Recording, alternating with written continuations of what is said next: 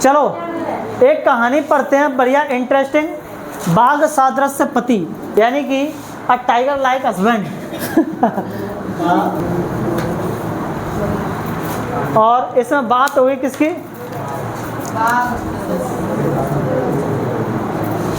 भीम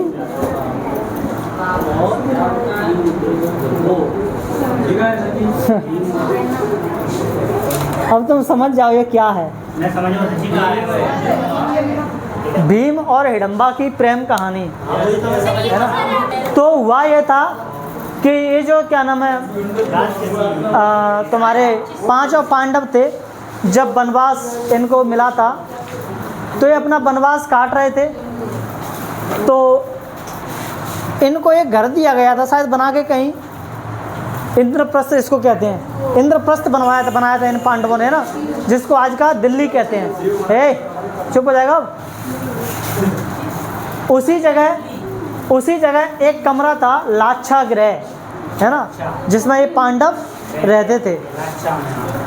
तो उसको शकुनी मामा ने और दुर्योधन ने मिल करके, है ना, साठ गांठ करके वहाँ के जो गार्ड थे उनसे मिल करके बोले कि जब ये पांडव इसमें आए तो इसको क्या कर देना, जला देना, है ना। और पूरा का पूरा घर ऐसा बताया जाता है कि बनाया गया था लकड़ी से, मोम से, है ना, ऐसी कुछ चीज़ों से मतलब ऐसी चीज़ें जो आसानी से जल सकें, ऐसी चीज़ों से उसको बनाया गया था। अरे क्या है, अब सुन ले। है तो क्या हुआ, जब वो घर जलाया गया तो लाक्षागृह जिसमें ये थे ये सब जल गए, है ना। अब ये बाहर निकलने को इनको जगह नहीं, तो भीम ने एकदम से ऐसे उसको तोड़ा धरती को, और धरती को चीड़ के फाड़ के कहीं से बाहर ये ऐसे निकले थे, है ना। और ये पहुंच गए कहाँ पर, जंगल में, एक जंगल में पहुंच गए। और जंगल में जब पहुंचे तो जंगल भी मायावी जंगल था। धीरे धीरे ये कब मायावी जंगल में प्रवेश कर गए इनको पता ही नहीं चला। मायावी जंगल का मतलब ऐसा जंगल जो राक्षसों का जंगल था, है ना, जिसमें वो लोग चाहे जैसे उस जंगल को क्या कर सकते थे, मॉडिफाई कर सकते थे, यानी कि भूल भुलैया टाइप का बना सकते थे उसको, है ना, मॉडिफाई करके, है ना। जैसे तुम जंगल में गए, तुम्हें लगा कि हम तो यहाँ से घुसे थे, तुमको लगेगा कि भाई कहाँ गई, जहाँ से घुसे थे वो जगह कहाँ गई, कहाँ से निकलना है, कैसे निकलना है, ये सब उसमें मतलब चकरा जाता, चक्रम हो जाता, उसमें से पता ही नहीं चलेगा। भूल भुलैया टाइप का जंगल था वो, है ना। तो जैसे ही वो उस जंगल में प्रवेश करते हैं, वहाँ पर एक आदमी क्या, एक राक्षस होता है जिसका नाम क्या था, राक्षस का नाम मेरे को नहीं पता। दो राक्षस रहते थे वहाँ पर, राक्षस तो सभी रहते होंगे लेकिन दो भाई बहन थे। एक का नाम था हिडिम्बा और इसका एक बड़ा भाई था, है ना, वो भी एक राक्षस था। हाँ, नाम हिडिम्बा के भाई का नाम वही तो मैं देख रहा हूँ, रुक जाओ, होगा तो बताता हूँ मैं आप लोगों को।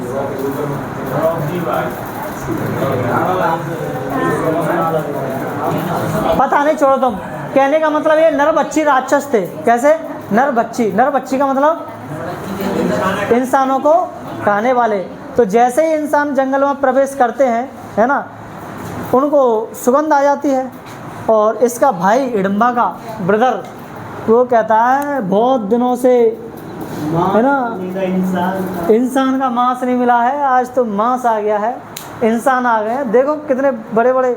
और एक तो कैसा धांसू इंसान, मतलब भीम को देख करके अरे आज तो बढ़िया पार्टी चलेगी, है ना।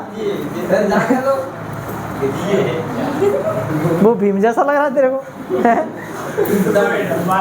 ऐसे किसी का मजाक नहीं उड़ाना चाहिए, ठीक है, जा सो है तो नहीं उड़ाना चाहिए ना उसका मजाक। क्यों करते हो किसी की बुलिंग, किसी की बनावट को देख करके, है ना, किसी की शक्ल को देख करके, ये अच्छी बात थोड़ी ना है। और आर्ट्स के स्टूडेंटों को ऐसा नहीं करना चाहिए, ठीक है। उनको समाज के प्रति ज़्यादा संवेदनशील होना चाहिए, समाज के हर वर्ग के प्रति संवेदनशील होना चाहिए, चाहे लड़कियां हों, चाहे गर्ल्स हों, चाहे बच्चे हों, चाहे बुजुर्ग हों, है ना, कोई भी हो, ठीक है। किसी का मजाक तो उड़ाना ही नहीं है कभी भी, ठीक है। आज के बाद नहीं करना ऐसा काम है।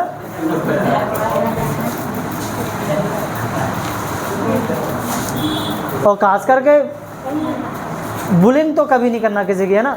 कल एक स्त्री, क्या नाम है, वहाँ की थी, हरियाणा की थी, कहाँ की थी, राजस्थान की थी। राजस्थान में तुम्हें पता ही है पहनावा कैसा पहना जाता है, एकदम बंद रहते हैं वो, है ना, शरीर उनका बाहर एकदम दिखना नहीं चाहिए। तो बेचारी कोई कंटेंट क्रिएटर थी, इंस्टाग्राम पर रील्स बनाती थी। उसने क्या किया, उसने किसी के ऊपर, ये जो लड़कियां जो शॉर्ट्स वॉर्ट्स बना के पहन के घूमती हैं, उनके ऊपर कोई टिप्पणी कर दी। तो लड़कियों ने उस रील्स के विरोध में और छोटे छोटे कपड़े पहन करके वीडियो बना के, रील्स बना करके उसको भेजे, है ना। अब इससे क्या हुआ, इससे जब सोचो हजारों लाखों लड़कियां उसको ऐसे रील्स भेजेंगी, बना करके उसको गालियां देंगी, तो सामने वाला मेंटली डिस्टर्ब हो जाएगा, नहीं हो जाएगा। तो मेंटली डिस्टर्ब हो गई महिला। उसने कहा कि आज के बाद मैं कभी इंस्टाग्राम पर दिखूंगी नहीं, और उसने जहर खा लिया। हॉस्पिटल में भर्ती है, कंडीशन उसकी बहुत क्रिटिकल है, इसलिए कभी भी किसी की बुलिंग नहीं करनी चाहिए, ठीक है। कोई मोटा है, कोई पतला है, कोई काला है, कोई गोरा है ना, कोई कैसा दिखता है, कभी किसी पर कमेंटबाजी नहीं करनी चाहिए ना। कब कोई मेंटली डिस्टर्ब हो जाए और कब कोई गलत कदम उठा ले, कुछ नहीं पता, ठीक है। ओके सर, है, हाँ हाँ भेज दूंगा, आज भेज दूंगा पक्का, ठीक है। देखो इधर, अब इधर देखो, तो जैसे ही वो इसके भाई को, यानी कि नरभक्षी राक्षस को, ये पांचों वो देखते हैं पांडव, और उनके साथ में उनकी माँ भी थी, है ना। तो 6 लोग थे, बोले कि बढ़िया नाश्ता के पानी की जुगाड़ हो गई है 5-6 दिन की। सबसे पहले, हाँ, तो सबसे पहले उसने कहा कि किसको लेकर के आओ, इस बड़े से इंसान को लेकर के आओ, है ना, जो हाथी जैसा दिख रहा है, इसी से पेट भरेगा मेरा, तो है ना। तो हिडम्बा जाती है कि ठीक है भाई का ऑर्डर है, वो गई उसको लेने के लिए, है ना। जैसे उसको गई, उसको देखती है तो देख के ही उसका दिल जो है पिघल जाता है। बोली राक्षसी का भी दिल पिघल गया, है ना। एकदम से बढ़िया सुंदर स्त्री बन करके वो गई, है ना, और उसको देख करके वो पिघल गई, और उसने सोचा कि भाई मुझे तो इससे क्या करनी है, शादी करनी है ना। हाँ, तो अब ये सोच रही है कि भाई अब मैं लेके कैसे जाऊँ इसको भाई के पास, अगर नहीं ले गई तो मैं मारी जाऊंगी, है ना, और इसको ले गई तो ये मारा जाएगा, मैं फिर शादी किससे करूँगी, है ना। हाँ, दोनों तरफ से वो फंस गए, ठीक है। फिर क्या होता है, फिर वहाँ पर भीम को उसकी, है ना, रोती है वो महिला वहाँ पर, है ना, वो रो कर रोती है, और रोने के बाद फिर इनको आवाज़ पता चलता है। फिर देखते हैं कि भाई इस जंगल में, इतने भयानक जंगल में महिला की रोने की आवाज़, ये उसके रोने के पीछे पीछे जाते हैं कि आवाज़ कहाँ से आ रही है ना। दुर्योधन वो जाता है, अर्जुन और भीम जाता है, बाकी वो तीनों अपनी माता जी के पास रहते हैं। बोले कि हम देख करके आते हैं कौन है। तो जैसे ही जाते हैं, वो जैसे ही ये आगे बढ़े, वो और भाग जाया करे, वो और आगे भाग जाया करे, और जा कर के उसमें क्या नाम बोलते हैं ना, टूटे फूटे घर मकान से ऐसा, हाँ, खंडहर, ऐसे खंडहर में जा कर के वो बैठ गई और रोने लगी। फिर वहाँ अर्जुन पहुँचता है, भीम पहुँचता है, पूछते हैं भाई कौन हो, कहाँ से आई हो, है ना, कैसे यहाँ पर अकेली कैसे, रो क्यों रही हो, चलो हमारे साथ चलो। तो वो उसको साथ में ले आते हैं। जैसे उसको साथ में ले आते हैं, उसके बाद फिर वो आराम से बैठते हैं और खाते पीते हैं, है ना। उसकी मम्मी, उसका नाम जो कुंती उसको चुप कराती है। फिर वो आराम से, शाम का टाइम होता है, खाने वाने का टाइम होता है, खाने वाना जंगल में कहाँ से लेकर के आए, तो जंगल में ढूंढ रहे हैं कुछ फल वल मिल जाए खाने के लिए। तो बढ़िया बेर का पेड़ मिल गया था। भीम जाता है और नकुल सहदेव जाते हैं और बेर पोटली बांध करके ले आते हैं, झरा जरूर करके खाने के लिए। सब बैठ जाते हैं खाने के लिए, चारों तरफ से डाइनिंग टेबल बना करके धरती की, सब खा रहे होते हैं ना। उसके बाद जैसे ही खाना शुरू करते हैं, अब भीम तो भीम है ना, वो लगा हाथ से मुट्ठी से भर के और सब करने के लिए, खाने के लिए। और भीम को टक्कर दे रही कौन? हिडिंबा है ना। हिडिंबा ने भैया ऐसे, भीम तो एक एक मुट्ठी भर भर के खा रहा था, वो ऐसे है ना फस से भर भर के ऐसे खा रही है। अर्जुन देख रहा है भाई ये कौन भला है, ये कौन सी स्त्री है ना। युधिष्ठिर कहता है भाई ये हो क्या रहा है, इनमें कैसा कंपटीशन हो रहा है। अब वो तो है ही है मानसिक रूप से थोड़ा सा कमजोर भीम, वो क्या ही समझे, वो तो उसको समझ रहा है कि भाई बढ़िया कंपटीशन, मुझे तो मिला कोई कंपटीशन देने के लिए।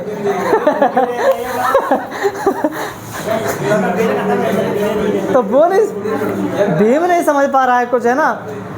अर्जुन जैसे ही देखता है, अर्जुन अपना धनुष बाण खींच करके उसके सामने लगा देता है, उसके सर पे, कि भाई तू जल्दी बता तू है कौन, नहीं तो मैं तुझे है ना उड़ाता हूँ, अभी बता तू है कौन, क्योंकि तू इंसान तो नहीं है, इतना पक्का है, इंसान ऐसे तो नहीं खाते हैं। फिर धीरे धीरे सब उससे रिक्वेस्ट करते हैं, फिर वो अपने असली रूप में आती है एकदम, है ना राक्षसी वाले रूप में, है ना जी हो जाती है बड़ी। फिर देखते हैं भाई क्या भला है ये। फिर वो बताती है कि एक्चुअली तुम कहाँ पर आ चुके हो, मायावी जंगल में आ चुके हो, और यहाँ पर हम रहते हैं, राक्षस रहते हैं, है ना, राक्षसों का घर है ये। और मुझे मेरे भाई ने तुम्हें भेजा था किसके लिए, तुम्हें बुलाने के लिए, क्योंकि भाई को क्या करना है, मनुष्य का मांस खाना है, और मैं भीम को लेने के लिए, मतलब इस इंसान को लेने के लिए आई थी, पर मुझे हो गया है भीम से प्यार, अब मैं लेके नहीं जा सकती और मुझे करनी है भीम से शादी, है ना।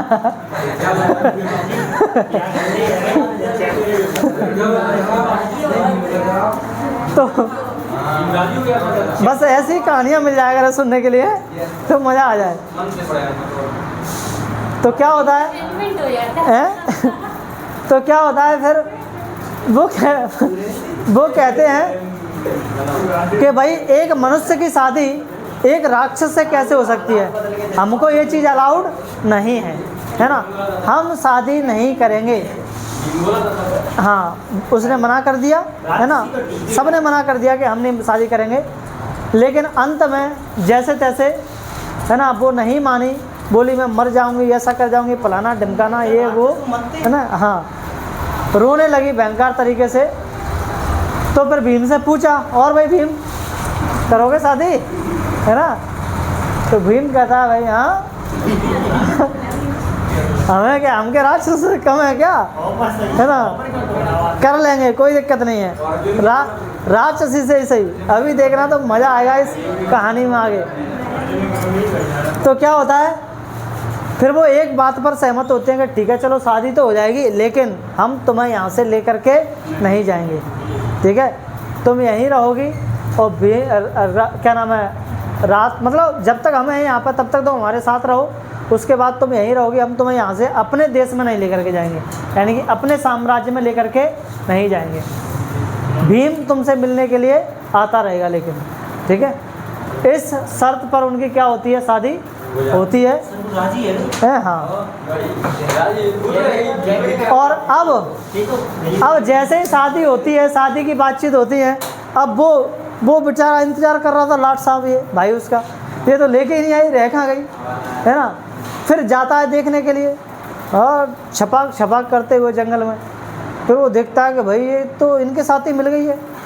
फिर उसको पकड़ता है, क्यों ऐसे गला पकड़ के, अभी तक लेके नहीं आ पाई, तू भी इनके साथ मिल गई। बोले कि नहीं भाई, है ना, प्रेमी है हमारा, है ना भीम, उसको कैसे मरवा सकती हूँ तुम्हारे हाथ से, प्यार करती हूँ मैं उससे, है ना। तो वो कहती है वो तो नहीं हो पाएगा, अब तो मैं उससे शादी करूँगी। तो वो कहता है राक्षस एक काम कर, तेरी शादी तभी होगी जब ये व्यक्ति मुझसे युद्ध करेगा, यानी कि वो कहते हैं उसको, कौन सा युद्ध कहते हैं, मल्ल युद्ध, है ना, वो मल्ल युद्ध करेगा। अगर ये जीत जाएगा तो शादी कर लेना, और नहीं जीता तो फिर शादी नहीं होगी, है ना। तो फिर क्या होता है, दोनों में मल्ल युद्ध होता है, और फाइनली भीम जीतता है, और उसको चीड़ फाड़ करके एकदम से दो हिस्से कर देता है, उसके पैर पे, एक पैर पे पैर रख के और चीड़ के अलग फेंक देता है उसको। और फिर उनकी होती है शादी, और कुछ समय बाद मतलब भीम वहाँ का फिर राजा बनता है। सारे राक्षस उसको अपना राजा मानते हैं। और कुछ समय बाद फिर उनका एक बच्चा होता है जिसका नाम होता है घटोत्कच, है ना, घटोत्कच। तो हिडिंबा का जो बेटा था उसका नाम क्या था? घटोत्कच, है ना, जो कि एक राक्षसी से जन्मा था। इस घटोत्कच की भी सुंदर कहानी देखने को मिलती है हमें किसमें? महाभारत में, है ना। जब महाभारत हो रही थी उस समय इन पांडवों का पक्ष बहुत ही ज़्यादा कमज़ोर था, क्योंकि सारे के सारे गुरु, सारे के सारे शक्तिशाली लोग किधर थे? कौरवों की तरफ थे, है ना। क्या नाम है इनका जो दादा था, जिसको क्या कहते हैं, इनका बाबा कौन था? इनका धृतराष्ट्र नहीं, वो तो इनका चाचा था। उन धृतराष्ट्र का पिताजी कौन था? पांडवों का पिताजी, अरे सैया पर पड़ा रहता है, मरता नहीं है। हाँ, भीष्म पितामह, है ना। तो भीष्म पितामह उधर थे, और इनके गुरु द्रोणाचार्य भी कौरवों की तरफ से लड़ रहे थे, और द्रोणाचार्य का बेटा, है ना, वो भी कौरवों की तरफ से लड़ रहा था, है ना। मतलब सारे के सारे शक्तिशाली लोग किधर थे? और खास करके इनका बड़ा भाई कर्ण, वो भी किधर से लड़ रहा था? कौरवों की तरफ से लड़ रहा था। सोचो, सबके सब शक्तिशाली लोग किधर हैं? कौरवों की तरफ है ना, है। बस इधर एक व्यक्ति था शक्तिशाली, वो भीम और अर्जुन, है ना। और बाकी जो कूटनीतिज्ञ था एक, वो था कौन? कृष्ण, ठीक है, वो, है ना। बस ये 5-6 लोग थे जो कि पूरा का पूरा युद्ध लड़ रहे थे। सेना तो थी इनके साथ में भी, लेकिन अब एंड पर क्या होता है? एंड पर चूंकि अर्जुन इतना बड़ा धनुर्धर था कि वो सबको बीट कर रहा है, लेकिन कर्ण उसको भी टक्कर दे रहा है। कर्ण के पास एक ऐसा शक्तिशाली हथियार था कि तीर, कि अगर उसको वो नाम लेकर के छोड़ दे कि जा भाई अर्जुन का काम खत्म कर, तो वो अर्जुन का काम खत्म करके ही लौटता। लेकिन अभी तक उसने छोड़ा नहीं था, है ना। फिर क्या होता है, जब ये सब के सब बहुत परेशान थे, पांडव वगैरह, फिर ये क्या नाम है, जो भीम है वो आवाहन करता है किसका? घटोत्कच का, कि भाई घटोत्कच तुम आ जाओ, नहीं तो हम लोगों का काम तमाम होता है, सारी सेना हमारी ख़त्म हो चुकी है। घटोत्कच चाहता है जो पहाड़ का पहाड़ जैसा शरीर लेकर के, जैसे ही उसमें प्रवेश करता है ना, मैदान में ऐसे पैर रखता है कि 100-200 सैनिक खत्म, है ना। ऐसे करता है कि 100-200 सैनिक खत्म। अब उसका डर देख करके कौरवों को लगा कि भाई ये तो 5 मिनट में ख़त्म कर देगा खेल सबका, है ना। फिर वो कहता है, वो क्या नाम है उसका, नहीं, कौरवों का बड़ा भाई, क्या था नाम उसका? दुर्योधन। दुर्योधन कहता, भाई कर्ण कहाँ मर रहा है यार, तू कहाँ गई तेरी शक्तियाँ, छोड़ इस पर, नहीं तो ये हमारा सबका काम खत्म कर देगा। ऊपर से कर्ण को आकर के उठा और लेता है ऐसे पकड़ के, है ना, ऐसे जैसे मोबाइल पकड़े ना, हाथ में मार कर पकड़े हुए, ऐसे मार कर पकड़ के ऐसे उठा लेता है, और अंकल जी नमस्ते। तो कह रहा है, हाँ, कह रहा चाचा जी नमस्ते, कैसे हो, हालचाल पूछ रहा है। सोचो, ऐसे पकड़ के रखा है हाथ में और हालचाल पूछ रहा है, मुट्ठी में बंद है एकदम, वो फड़फड़ा भी नहीं रहा मुट्ठी में, हालचाल पूछ रहा है मुट्ठी में कि चाचा कैसे हो, सब ठीक है। और चाचा की एकदम बाट लगी जा रही है कि भाई वो चिल्ला रहा है उसके लिए, किसके लिए? कर्ण के लिए, कि भैया कहाँ गई तेरी शक्ति, छोड़ इस पर, नहीं तो खत्म, मार देगा ये हमें। सब लगे हुए उस पर अपनी शक्तियों से प्रहार करने के लिए, लेकिन उसको कुछ नहीं हो रहा। तीर पड़ता है यहाँ पे और वो ऐसे सुई की तरह, कांटे की तरह निकाल के फेंकता जाता है, कुछ नहीं हो रहा उसको, सबकी शक्तियाँ असफल हो गई उस पर। कर्ण के पास थी एक शक्ति जिसको वो रखे हुए था, किसके लिए? अर्जुन के लिए, कि अर्जुन को तो मैं ही मारूंगा, उसने ऐसा प्रण लिया था। फिर अंत में उसको वो शक्ति का प्रयोग करना पड़ा, किसके लिए? घटोत्कच को मारने के लिए, दोस्त के कहने पर, है ना, दोस्त था उसका दुर्योधन। फिर घटोत्कच मारा जाता है उस शक्ति बाण से, और इस तरह उसकी शक्ति लीला क्या होती है, जीवन लीला समाप्त हो जाती है। तो ये थी हिडिंबा और किसकी कहानी? भीम की कहानी, ठीक है। अच्छा, जो युधिष्ठिर ने जो शादी की शर्त मानी थी, उसमें ये कंडीशन थी कि जो क्या नाम है, दिन भर हिडिंबा के साथ रहेगा और सैर करेगा पृथ्वी के, है ना। जंगल की हनीमून मनाएगा, ऐसा कुछ है ना, हिडिंबा के साथ है,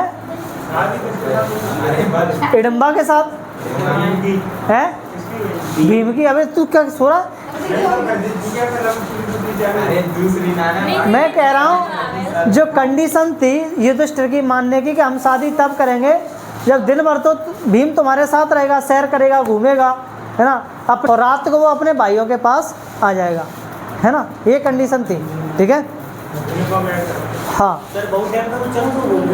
और घटोत्कच ने जब जन्म दिया था तो घटोत्कच ने प्रण लिया था, मतलब वो क्या बोलते हैं उसको, वचन दिया था किसको, भीम को, कि तुम्हें जब भी मेरी ज़रूरत पड़ेगी बस अपनी एक खून की बूंद अग्नि में डाल करके मेरा आवाहन कर देना, मैं क्या हो जाऊंगा, उपस्थित हो जाऊंगा, है ना। तो ऐसे ही भीम करता है उसमें, फिर वो आ जाता है। मुझे ये बताओ, इस कहानी को सुन करके आप ब्राह्मणीय व्यवहार इसमें क्या हुआ है, यानी कि चुप हो जाए। अब ब्राह्मणीय व्यवहार इसमें आप लोगों को कहाँ कहाँ दिखाई देता है? अब ब्राह्मणीय व्यवहार का मतलब है जो ब्राह्मणों ने नियम कानून जैसे बनाए थे उसके खिलाफ आप लोगों को इस कहानी में कुछ दिख रहा है क्या? राक्षस से शादी करे ब्राह्मण ने, है ना। और दूसरी बात, अपनी मर्जी से शादी हुई, वर चुनना, जो कि किसने, उसने हिडिंबा ने किया था, लड़की द्वारा खुद से पति चुना गया था, है ना। जबकि ब्राह्मणीय समाज में, ब्राह्मणीय समाज में कन्या को खुद से फैसला लेने का कोई भी अधिकार नहीं था, ठीक है। बाकी एक अनोखी शर्त थी हिडिंबा के साथ शादी करने की, ऐसी शर्तें ब्राह्मणों के टेक्स्ट में हमें कहीं भी नियम कानूनों में नहीं मिलती, है ना। एक और बात, हमें ब्राह्मणिकल टेक्स्ट में जितने भी हम लोगों ने पढ़े थे सब में क्या बताया गया है, सत्ता, समाज कैसा था, पितृ सत्तात्मक, पैट्रिलिनी था। लेकिन यहाँ पर जो बच्चा था उसका पालन पोषण सब किसने किया था, हिडिंबा ने किया था। तो यहाँ पे हमें मैट्रिलिनी दिखता है, यानी कि मातृ सत्ता हमें दिखाई देती है, ठीक है। तो ये कुछ चीज़ें थी जो इस कहानी में हमें ब्राह्मणिकल टेक्स्ट से अलग दिखती हैं, ठीक है। चलो छठवां टॉपिक है तुम्हारा। तो हम लोगों ने हिडिंबा और भीम की रोमांचक कहानी से अब ब्राह्मणीय, है ना, परंपराओं को हमने समझा, है ना। अब चुप हो जाएंगे।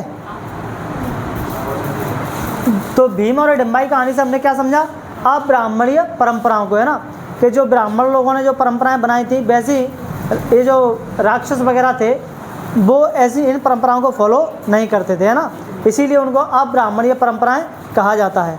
और अब हम इस बुक के सबसे अंतिम टॉपिक पर लगभग पहुंच चुके हैं, ठीक है। हाँ, इसमें हम देखेंगे कि ये जो इतिहासकार हैं वो साहित्यिक स्रोतों का इस्तेमाल कैसे करते हैं। जैसे महाभारत का, हम लोगों ने इस चैप्टर में महाभारत के बारे में ज़्यादा पढ़ा है ना, तो इस महाभारत का इन्होंने इस्तेमाल कैसे किया हमें ये समझना है, ठीक है।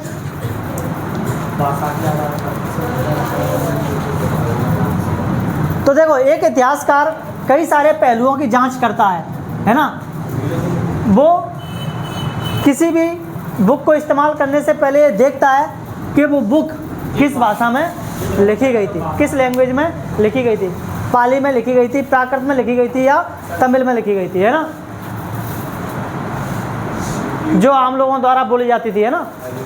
वो ये देखते थे कि जो बुक लिखी गई है वो किस भाषा में लिखी गई है, आम लोगों द्वारा बोली जाने वाली भाषा में, या फिर वो जो एलीट क्लास के लोग थे जो संस्कृत बोलते थे उस भाषा में लिखी गई है ना। पाली प्राकृत भाषा होती थी, वो आम लोगों की भाषा होती थी।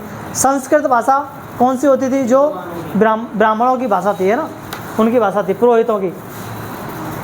दूसरा ये देखते थे ग्रंथ का टाइप, यानी कि टेक्स्ट कैसा है उसका, ठीक है। क्या उसमें केवल मंत्र ही मंत्र हैं जो केवल और केवल अनुष्ठानों के दौरान पढ़े जाते हैं, अनुष्ठान यानी कि विवाह के दौरान या बर्थडे के दौरान या कोई और हो रहा है घर में प्रोग्राम, उसके दौरान पढ़े जाते हैं, ऐसा कोई टेक्स्ट था वो, है ना। उन्होंने श्रोताओं की या फिर वे कहानियाँ हैं जिन्हें लोग पढ़ सुन सकते थे और दोबारा सुना सकते थे, है ना। या तो मंत्र हैं, बुक में देखा जाता था कि बुक में जो टेक्स्ट है वो कैसा है, उसमें केवल मंत्र ही मंत्र हैं क्या, जिनको केवल शादी पार्टियों के समय या जो भी अनुष्ठान होते थे उनके समय पढ़ा जाता था, या फिर उसमें कोई कथा है, कहानी है जिसको आज मैं तुम्हें सुना दूं और तुम उसको याद करके किसी और को सुना दो, क्या ऐसा होता था क्या? है ना, तो ये भी देखते थे वो, है ना। लेखक तो ये जो महाभारत है, महाभारत तो एक कथा टाइप का है ना, उसमें मंत्र तो है नहीं। लेखक और श्रोता को भी देखा जाता था, है ना। हाँ, लेखक का नज़रिया क्या था, हमें लेखक का समझ में आ जाएगा कि लेखक कौन था और किस नज़रिए से उसने उसको लिखा है, ठीक है। और उन्होंने श्रोताओं की पसंद को कितना ध्यान में रखा है, यानी कि जो श्रोता सुनते हैं, सुनने वाले हैं, उनकी पसंद को उन्होंने कितना प्रायोरिटी पर रखा है लेखकों ने, ठीक है। ये देखा जाता था। और क्या देखा जाता था, काल और भूमि। काल का मतलब क्या है, समय। ये जो टेक्स्ट है वो कौन से समय में लिखा गया था, क्योंकि उसमें उस समय के समाज के बारे में जानकारी होगी जिस समय लिखा गया है। आज अगर आप कोई चीज़ लिखोगे तो मुझे ये बताओ कि आज तुम 200 साल पहले का लिख दोगे क्या कुछ, है ना, या तुम 200 साल आगे आने वाले समय के बारे में कुछ लिख सकते हो क्या, नहीं लिख सकते। तुम आज जी रहे हो, आज जो देख रहे हो, तुम जो लिखोगे वो किसके बारे में लिखोगे, आज के बारे में लिखोगे, है ना। तो ये भी लेखक क्या करते थे, देखते थे कि कब लिखी गई है, किस समय लिखी गई है और किस इलाके में लिखी गई है, ठीक है। चलो फिर अपन इसका आगे का टॉपिक कल ही करेंगे, है ना।